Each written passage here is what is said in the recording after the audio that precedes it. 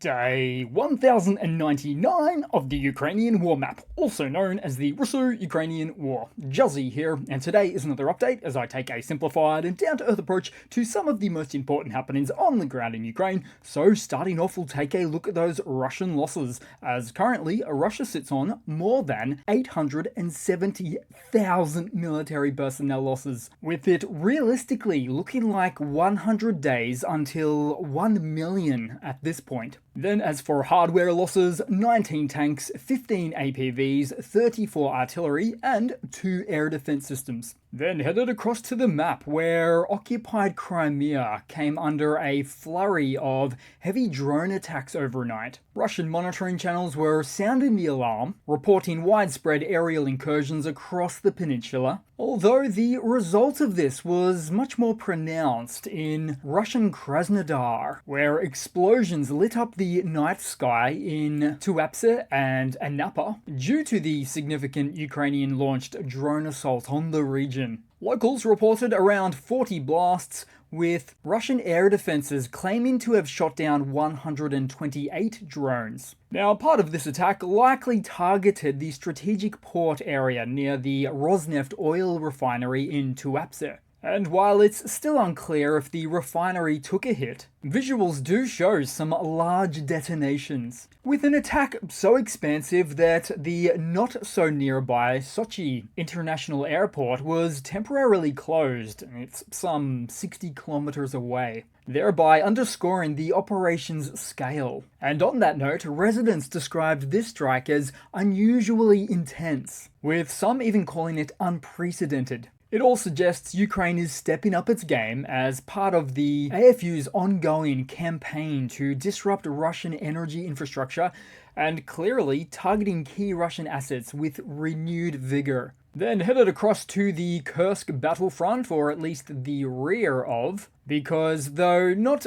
directly related to the war efforts, as here we see the Chechen Akhmat TikTok army living up to their name, gallivanting around on a fake T-14 Armata tank mock-up on the MTLB chassis. The T-14 tank, of course, being Russia's supposedly game-changing tank that was too expensive to make and forever remaining in the prototype phase. But now, this fake tank, brandishing posters of Hezbollah leaders, 2 of which aren't actually even alive anymore, after a couple of events that transpired late last year. Although this latest event might be more relevant to the war than what it appears to be at first glance, because it speaks to how Kadyrov's forces, how they operate, prioritizing the creation of photos and videos for online content, and doing so safely and far from the action on the front lines, all done to impress those back home, and that is to say, Russia's loyal but mostly self-ruled Republic of Chechnya.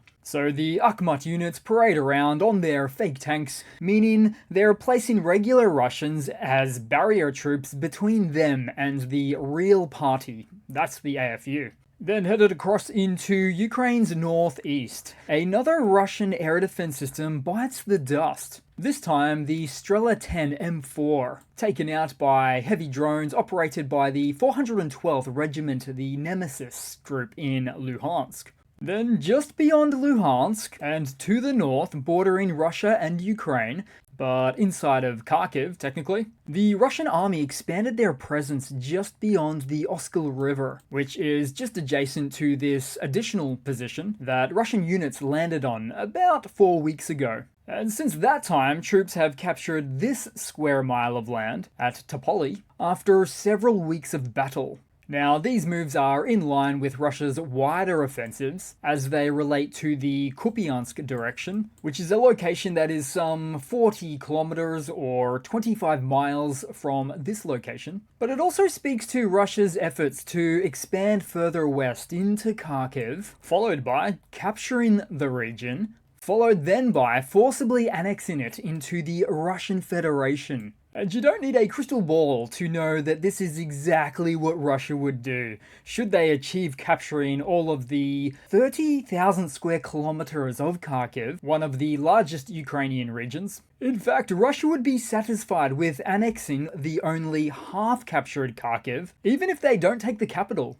given that's almost precisely how it happened with annexing Zaporizhia without taking that region's capital. It's preposterous in so many ways. Then headed down the map with aerial drone footage of military operations conducted by the Consolidated Rifle Brigade of the Ukrainian Air Force, who were transferred from Vovchansk to Pokrovsk, where they are now seen engaged in operations on the outskirts, taking out cars and detached trailers. And on closer inspection, we also saw one of these vehicles being a heavily modified civilian car, possibly a Lada sedan that has been converted into a makeshift flatbed truck. This kind of modification is common in low-resource battlefield environments for the invaders, repurposing whatever vehicles are available to them. Then on the map, and in that spirit, and just below on the map, fresh reports of Ukrainian defenders at this Andrivka front who mentioned, quote, the attackers even use KAMAZ trucks during assault operations,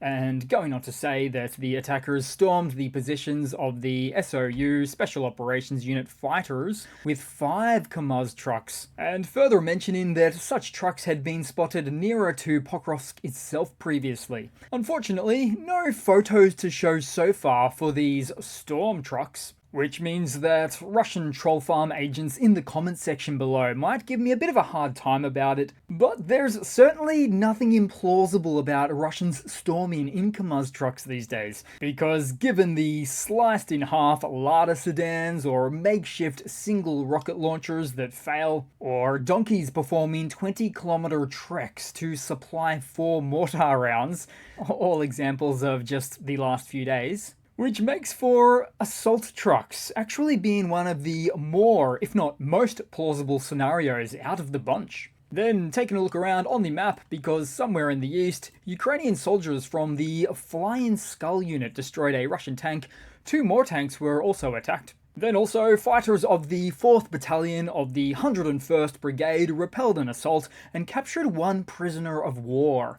The newly minted POW was pleading to live, where in response, the AFU soldier handed him a cigarette. The POW also stated that his unit didn't have water, which he was also granted, and he also asked, "Please take me with you," quote unquote. We've seen plenty of footage of these types of amicable interactions, but on the Russian flip side, never once seen this level of compassion. Then headed across to some news for today. So as of February 26, the Ukraine-US mineral deal appears to be moving forward, with recent developments indicating that terms have been agreed upon, as Ukrainian officials have stated that an agreement has been reached on a framework that includes US access to Ukraine's critical minerals, such as rare earth elements, oil, and gas.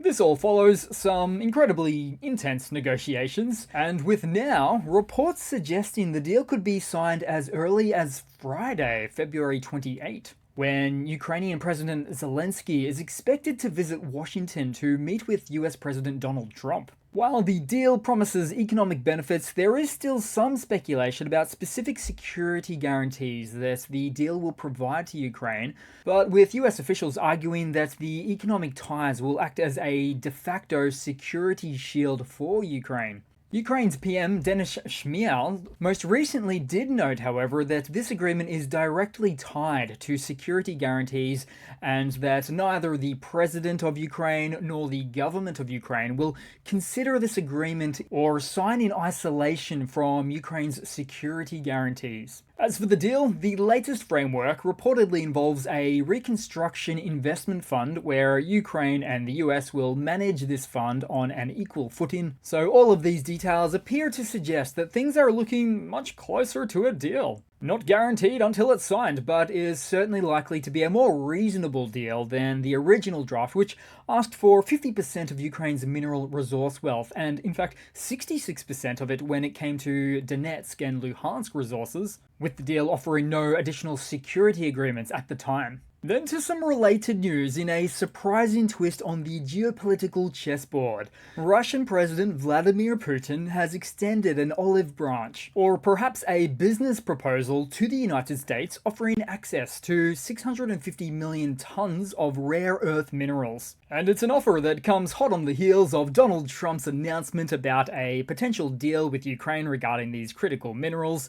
Putin even convened an emergency meeting on the development of the rare earth minerals sector, followed by suggesting collaboration with the US in both Russian-occupied Ukrainian territories and various regions across Russia. His spokesperson, Peskov, also touted the potential for lucrative joint projects between the two nations. But let's not forget about the mixed signals this sends to Russian audiences domestically, because they're confused, questioning whether the US is an enemy or a partner, with backlash on Russian social media, with many expressing their discontent, calling out the hypocrisy and questioning the sacrifices made by their soldiers if this is to be the outcome. Here's a collection of angry comments Russians posted online. I'll pop it up on the screen right now. Some scathing remarks, to say the least. As we see many within their country not happy about this, and why wouldn't they be?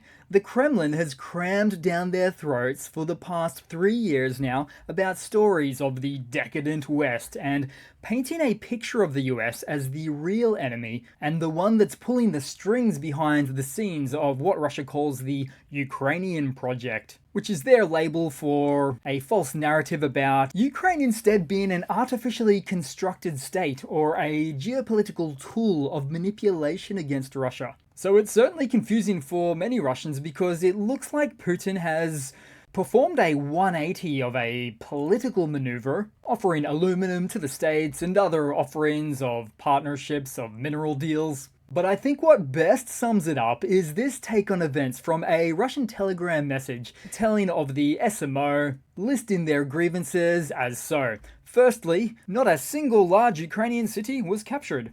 Secondly, saying 150k fighters, KIA, in 3 years, noting they apply a very mild figure there because firstly, they're Russian, and not to mention that the mere suggestion of a larger figure is likely not without legal consequence in Russia. Thirdly stated, rare earth metals go to the US. Next is that Ukraine has the largest army in Europe, and seeming to indicate on that line a failure of Russian attempts at Ukrainian demilitarization. Next on the list, NATO border expanded twice. Yes, we welcome you, Finland. Followed next by mentioning European soldiers to be deployed in Ukraine. It is the talk of the town right now. Then finishing it all off with a rhetorical statement, simply put, correct me if I'm wrong. So it's the Kremlin's shifting narratives of endless contradictions, where today's truth contradicts yesterday's, and tomorrow's will erase them both. Then to a quick funny to round it all off with today, guys. So here we go. The Russian kleptocracy doesn't stop stealing just because there's a war on. Seen here is the footage from the Russian 810th Separate Marine Brigade that received a batch of drones from the Ministry of Defense that they stated were unfit for use. Most of the equipment is inoperable, which indicates the negligence of the command and raises serious suspicions of corruption. That first box looks like a dirty second-hand drone, downed by electronic warfare. So it would seem that the Russian military contractors are still not really putting in the effort, but instead purchased second-hand drones that were collected by corrupt commanders within the SMO that got their units to extract all downed drones on the battlefield, followed by selling them for tiny sums back into the hands of Russian military contractors, followed by them repackaging and redistributing the defunct drones, shipping them back into the SMO, and pocketing the difference. That's just like regular Russian soldiers within the SMO picking up drones in the field, but with extra steps. A lot of extra steps. I'd call it incredibly inefficient, which it is, but really that's just some next level corruption right there. So that's it for today, guys. Thanks again for watching. Please continue to like, comment, subscribe, and I do hope to see all of you guys there in the next one. Cheers.